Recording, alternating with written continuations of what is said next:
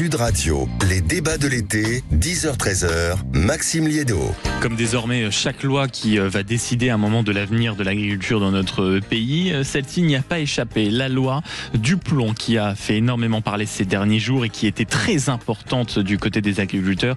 Le ministre de l'Agriculture, la ministre de l'Agriculture, Annie Genevard, parle, elle, d'une loi équilibrée face aux attaques de la désinformation. Le ton est donné et on va en discuter avec Laurent Duplon, le LR Haute-Loire qui porte cette loi, sénateur LR Haute-Loire qui porte cette loi. Bonjour. Bonjour. Ce qui est important de dire aussi dans votre parcours, c'est qu'accessoirement, vous êtes agriculteur. Donc c'est un tout petit peu utile quand on est sénateur et qu'on peut parler des sujets qu'on connaît, quand on voit la quantité d'attaques que vous avez subies et les pressions politiques qui ont existé sur cette loi. D'un mot, elle a été adoptée hier, je le disais, réintroduction de certains produits phytosanitaires avec des démarches sur le stockage d'eau. Il y a aussi la séparation de la qualité de vente et de conseil des produits phytosanitaires et on va dire qu'on a élargi la capacité d'installer certaines installations qui étaient classées pour la protection de l'environnement. On va aller dans le détail avec vous, mais d'un mot, est-ce que vous êtes soulagé que cette loi soit enfin votée ? Oui, je ne sais pas si je suis soulagé, mais en tous les cas, c'est une satisfaction de voir aujourd'hui le travail accompli à travers le vote hier à l'Assemblée nationale. On me disait tant que ça serait difficile d'avoir une majorité à l'Assemblée nationale. On est à 316 voix pour 223 contre, ce qui veut dire 93 voix d'écart pour l'adoption de ce texte. Donc, elle a rassemblé une très large majorité, au-delà de la majorité de l'Assemblée nationale, puisque normalement, il en fallait à peu près 280 et on en a eu plus de 310. Donc, ça prouve que l'explication qu'on a donnée pendant tous ces derniers mois, depuis le vote du Sénat au mois de janvier, la réalité des choses qui font que notre pays surtranspose de façon importante les règles européennes, créant par définition des contraintes, mais aussi une concurrence déloyale avec les producteurs de l'autre côté de la frontière française. Oui. Et donc la réalité, c'est qu'on n'a pas fait quelque chose de mieux pour les agriculteurs français. On les a simplement mis au même niveau de possibilité de production que les producteurs allemands, italiens ou espagnols. Mais comment vous expliquez le déchaînement de critiques, de pressions qui se sont clairement accumulées ces dernières semaines pour empêcher certains parlementaires de la voter, certains parlant même de croisade contre l'écologie. Tout à l'heure, même pendant les débats, certains utilisaient les mêmes termes. Comment vous expliquez cette tension permanente à chaque fois qu'on aborde, j'en ai l'impression en tout cas, un sujet agricole ? Parce que l'écologisation de tous les débats fait qu'aujourd'hui, il n'y a plus de possibilité d'avoir un débat. Et donc là où on a 26 pays qui autorisent une molécule en disant qu'elle est peu dangereuse pour les abeilles, eh ben on arrive à quelque chose en France qui est transformé par une molécule qui est hyper dangereuse pour tout le monde et qui tue les abeilles. Voilà la réalité de ce que nous vivons. C'est quoi ? C'est c'est la désinformation du débat ? C'est la déformation d'une partie du débat ? La gauche et l'écologie n'ont de cesse à vouloir être sur un triptyque qui est assez simple. On commence par la peur, la désinformation et la peur. Une fois qu'on a bien fait peur, eh bien, on culpabilise les Français. Et une fois qu'on les a culpabilisés, eh bien, on leur interdit. C'est ce que je dis souvent, la gauche des interdits n'a aujourd'hui de limite pour rien. La réalité, en fait, de ces interdits fait qu'aujourd'hui, eh bien, on se bloque la production. Et donc, quand on se bloque la production, eh bien, non seulement on ne crée plus de la valeur dans notre pays, non seulement on ne crée plus une alimentation française, mais on se jette dans les bras avec une naïveté totalement coupable des importations. Alors, c'est des importations aux frontières avec des pays européens qui, eux, ont la possibilité d'utiliser certaines choses qui font qu'ils ont soit de la compétitivité ou de la productivité supplémentaire à nous, ou voire même pire, ils ont encore des solutions. Alors que nous, regardez la noisette, regardez la pomme cette année, si nous ne réintroduisions pas l'acétamipride, elles étaient totalement dans l'impasse, ces filières. L'impasse, ça veut dire en clair qu'elles ne peuvent plus produire. Donc on en arrive à un point où c'est le kantisme. Vous savez, Charles Péguy disait du kantisme, le kantisme a les mains pures, mais il n'a plus de mains. Donc la gauche et les écologies voudraient avoir une agriculture propre, mais au final, on n'aura plus d'agriculture du tout. Il y a eu notamment un aspect aussi de cette loi qui a été vivement critiqué, c'était le stockage de l'eau. Beaucoup ont parlé de scandale, on a entendu énormément d'éléments de langage sur cet aspect. Vous parlez justement qu'au contraire, stocker l'eau comme vous vous apprêtez à le faire, c'est un intérêt, c'est on va dire un objet d'intérêt général. C'est d'ailleurs comme ça que ça a été évoqué dans la loi. Alors, expliquer concrètement comment ça va se passer et pourquoi c'est si important pour vous? Pourquoi c'est important? Parce qu'une plante, pour pousser, elle a besoin de fertilisants et elle a surtout besoin d'eau. Et que la réalité, à tous ceux qui nous expliquent que c'est un accaparement de l'eau, non, c'est faux, c'est pas un accaparement de l'eau. Puisque l'eau que les agriculteurs utilisent pour faire des fruits et des légumes, eh bien, en fait, ceux qui les consomment mangent cette eau à travers les fruits et les légumes. Oui. Quand on fait 1 kilo de viande, la vache, elle a aussi bu de l'eau. Et donc, à un moment donné, cette eau qui, par un débat un peu tronqué, par une façon de toujours caricaturer, eh bien, ressemblerait à un accaparement. La réalité, c'est que quand l'eau passe en excès, eh bien, on stockait une partie pour s'en servir quand l'eau manque. Eh bien, c'est la réalité de ce que l'homme a vécu et a fait pendant des siècles et des millénaires. Depuis que l'agriculture est arrivée sur notre territoire et depuis que l'homme s'est organisé à produire des denrées alimentaires, eh bien, la première chose qu'il a essayé de faire, c'est de limiter les périodes dans lesquelles il avait besoin d'eau, de façon à avoir de l'eau en stock pour pouvoir l'utiliser. Je veux juste rappeler quelques chiffres. En France, la surface irriguée, c'est moins de 7% de la surface. C'est 14% en Espagne, c'est 25% en Italie. La quantité d'eau que nous utilisons en France en moyenne à l'hectare, c'est 1800 mètres cubes à l'hectare. La réalité des pays européens, c'est 4000 mètres cubes à l'hectare. Et si on se compare avec les pays comme l'Espagne et l'Italie, c'est plus de 7000 mètres cubes à l'hectare. Oui. Donc quand on nous dit que non seulement on accapare l'eau, mais qu'on en utilise beaucoup, je pense que c'est une caricature grossière et qu'en fait la réalité, c'est que les écologistes, on l'ont prouvé encore cette fois-ci, par rapport aux pesticides ou par rapport à l'eau, leur problème, c'est pas de vouloir limiter l'utilisation, c'est de l'empêcher. C'est-à-dire qu'il n'y a pas de limite à empêcher la totalité d'utilisation des pesticides. Vous savez, l'étymologie du terme pesticide, c'est lutter contre la peste. Eh bien, ils en ont fait la peste. Oui. À force de raconter tout un tas de choses et de faire qu'une molécule, quand elle est utilisée convenablement dans les quantités qui sont préconisées, avec les usages qui sont préconisés, comme dit la porte-parole de la DG Santé qui a été interviewée il n'y a pas très longtemps concernant l'acétamipride, oui. Elle n'est ni dangereuse pour l'homme, ni dangereuse pour l'environnement, ni dangereuse pour la biodiversité. C'est ça la réalité de la science. Et aujourd'hui, on ignore tout ça. Laurent Duplan, continuons à aller tout doucement dans le détail de cette loi. On a parlé du stockage de l'eau, de la réintroduction de cette acétamipride dont vous venez de parler, qui était un produit phytosanitaire très important pour les agriculteurs. Il y avait aussi dans la loi l'assouplissement de cette séparation entre la vente et le conseil des produits phytosanitaires. Est-ce que vous pouvez nous expliquer ? Il y a eu une loi en 2018 qui a interdit la vente et le conseil par le même distributeur. C'est-à-dire que l'agriculteur se trouvait confronté à un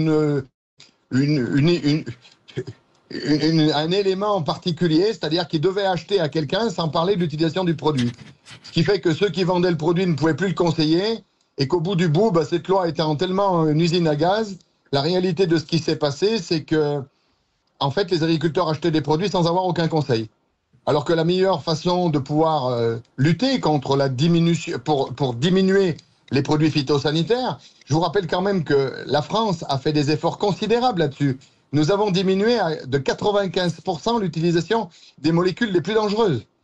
Alors que quand on signe un accord de libre-échange avec le Mercosur ou le CETA, on s'oblige à acheter des produits qui sont produits alimentaires qui sont produits avec des phytosanitaires qui sont interdits chez nous. Mais vous faites la transition parfaite, Laurent Duplan, avec l'autre aspect de cette loi, c'était notamment dans les installations classées pour la protection de l'environnement. Ça, si j'ai bien compris, c'est tout ce qui va permettre, par exemple, d'agrandir certains poulaillers ou autres bâtiments indispensables pour certains agriculteurs, afin de maintenir une souveraineté française sur la plupart des aliments. C'est ça peut-être aussi qu'on n'a pas suffisamment expliqué dans les débats du fond de cette loi, parce que nous sommes concentrés sur certains aspects, mais ça va dans le sens d'une souveraineté alimentaire. De toute façon, c'est l'exemple du rapport que j'ai fait en 2018 qui expliquait que la ferme France déclinait, qu'on consommait en 2018 1 jour et demi par semaine des produits importés. On est à plus de 2,3 jours aujourd'hui. Donc si nous continuons comme ça, nous connaîtrons encore plus de jours d'alimentation en France, alors que la France agricole est quand même normalement un pays qui est béni par les dieux pour produire des denrées alimentaires, qui consommera quasiment uniquement des produits importés. L'exemple du poulet, pour compléter les quelques chiffres, pour la première fois depuis 1976, l'année dernière, la France n'a plus affiché d'excédent commercial agricole. Elle était jadis deuxième puissance puissance agroalimentaire mondiale, elle est tombée à la 6e place. Et dans ce que vous dites, en effet, sa part dans les exportations mondiales a même fondu comme neige au soleil, passant de 8% à seulement 4%. Donc en effet, cette loi va normalement aider à rétablir ce qu'on peut clairement qualifier de déséquilibre. Alors, ça suffira sûrement pas. Il faudra sûrement remettre encore à l'ouvrage ce point-là. Mais vous savez, ce que vous êtes en train de décliner, je le prédisais déjà en 2018 dans le rapport, en disant nous allons connaître un déficit de la balance commerciale. Ben, vous l'avez dit, nous y sommes. Et donc, la réalité de tout ça fait que non seulement nous nous appauvrissons, mais en plus, en nous appauvrissant, on veut en même temps acheter toujours plus. Moi, écoutez, je suis qu'un simple agriculteur. Quand vous avez un porte-monnaie qui est vide, je ne crois pas que la première chose que vous pouvez faire, c'est d'acheter. Donc la réalité de ce que nous devrions prendre en compte, c'est qu'avant d'acheter, on devrait se poser la question de savoir pourquoi nous ne produisons plus, quels sont les freins à nos productions qui font qu'aujourd'hui nous sommes dans cette situation. Eh bien, cette loi va pouvoir corriger une partie de tout cela, parce que le méfait majeur de la France, c'est de surtransposer les textes. Et vous savez, on pourrait élargir ce propos-là à la quasi-totalité de ce que nous produisons en France. Je vais vous citer juste 2 chiffres. Le Premier ministre, dans son discours politique général, François Bayrou, quand il a été Premier ministre, a dit au Sénat que le coût des normes en Europe, c'était 0,5% en moyenne du PIB. Oui. La France, comparativement à l'Allemagne, est 22 fois supérieure. Là où l'Allemagne consomme 0,16% de son PIB pour les normes, c'est-à-dire 5 milliards d'euros à peu près si on le traduit en PIB français, la France consomme 4% de 3 000 milliards, soit 120 milliards. Donc c'est une loi qui va dans le bon sens, Laurent Duplon. On vous a entendu, sénateur LR Haute-Loire et accessoirement agriculteur à l'origine de cette loi. Merci beaucoup d'avoir été avec nous sur Sud Radio pour nous rappeler les enjeux et peut-être contrebalancer un certain discours qui s'est beaucoup répandu ces dernières semaines, qui accusait en effet les agriculteurs, je cite, de croisade contre l'écologie. Merci beaucoup d'avoir été avec nous et sur ce sujet, auditeur de Sud Radio, vous y êtes forcément sensible. 0826 300 300. On a eu un coup de fil de la part de Paul. Bonjour Paul. Oui, bonjour. Si je ne me trompe pas, vous êtes agriculteur, c'est ça? Et la loi Duplon, pour vous, va apporter des améliorations considérables quand même. La loi Duplon va rétablir un petit peu la distorsion qu'on a avec nos voisins. Oui. Mais ça ne suffira pas parce que de toute façon, on a des textes de loi qui sont très très contraignants dans l'agriculture. Aujourd'hui, on a un défi permanent, c'est le renouvellement des générations. Et aujourd'hui, les jeunes vont être très réticents à s'installer. On a des problèmes de revenus, on a une pression des escrolos, parce que ce ne sont pas des écolos, des escrolos qui sont sans arrêt en train de vandaliser le matériel d'arrosage et autres. On a des difficultés de recrutement de personnel parce que on est mis en concurrence avec les produits qui viennent d'Espagne et autres, qui arrivent en France à des prix dérisoires. Donc pour produire au même prix, on n'y arrivera jamais. Donc il y a énormément de défis pour fournir une alimentation française aux consommateurs français. Mais donnez-nous des exemples concrets de ce que vous nous dites, Paul, en disant déjà on est beaucoup plus contraint que tous les autres, les normes sont absolument étouffantes, hein, c'est ce que nous disait le sénateur Laurent Duplon à l'instant. Concrètement, avec cette loi qui va arriver dans votre quotidien, quelles vont être rapidement les améliorations ou les projets que vous allez pouvoir mettre en place? Les améliorations, moi je suis dans le Lot-et-Garonne, donc c'est le premier département producteur de noisettes, mais peut-être que les producteurs de noisettes vont avoir la molécule qu'il faut, l'acétamipride, pour pouvoir enfin se débarrasser des ravageurs. Le produit phytosanitaire réintroduit grâce à la loi. Voilà, et il faut savoir que c'est utilisé dans tous les pays sauf la France. Alors les écolos, ils devraient se poser des questions. On peut être le dernier village gaulois, sauf que le problème, c'est que moi, je vois aujourd'hui, on a des terres agricoles qui partent de l'agriculture, qui vont vers la déprise agricole. On a des ronces, des friches, ça devient dramatique. Il faut aujourd'hui vraiment réagir. Il faut qu'on aide les jeunes à s'installer. Et il faut qu'on donne des perspectives d'avenir. En un mot, Paul, quand vous dites en effet le métier est suffisamment difficile, il faut encourager les jeunes à se réimplanter à nouveau, etc. D'un mot, et quelles sont les prochaines étapes quand vous dites voilà cette loi va dans le bon sens? Quelles sont les prochaines étapes? Vraiment, si le ministre de l'Agriculture nous écoute, vous dites ok, c'était un premier point positif. Quel est le deuxième assez rapidement pour essayer de sauver cette profession? Le deuxième, il est très simple. Quand on a des productions françaises, on limite les importations pour pouvoir valoriser les productions françaises. Ça ne coûtera pas plus cher et ça permettra d'écouler nos productions à des prix raisonnables pour le consommateur et pour le producteur. Il faut que les producteurs gagnent leur vie. On a des exploitations aujourd'hui qui coûtent très cher, le matériel c'est très cher. On a des chiffres d'affaires qui sont élevés et des revenus dérisoires. On est des 500 € par mois, quoi. C'est dérisoire.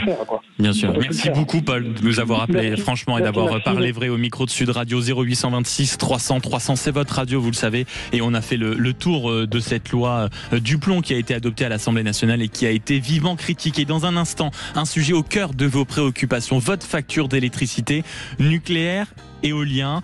Vous l'avez vu à quel point ça va jusqu'à torpiller et à diviser la classe politique. Nous recevons quelqu'un qui a la parole rare, Anne Lauvergeon. Elle signe un livre, un secret bien gardé, et les premières lignes donnent le ton. Je dédie ce livre à celles et ceux qui ont aimé EDF mais qui n'acceptent plus le montant de leur facture d'électricité. Elle a fondé accessoirement Areva, qui en a fait le leader mondial du nucléaire, et elle est aujourd'hui à la tête de ALP. Entretien absolument passionnant dans quelques instants. À tout de suite. Sud Radio. Sud Radio. Parlons vrai. Parlons vrai. Sud Radio. Parlons vrai.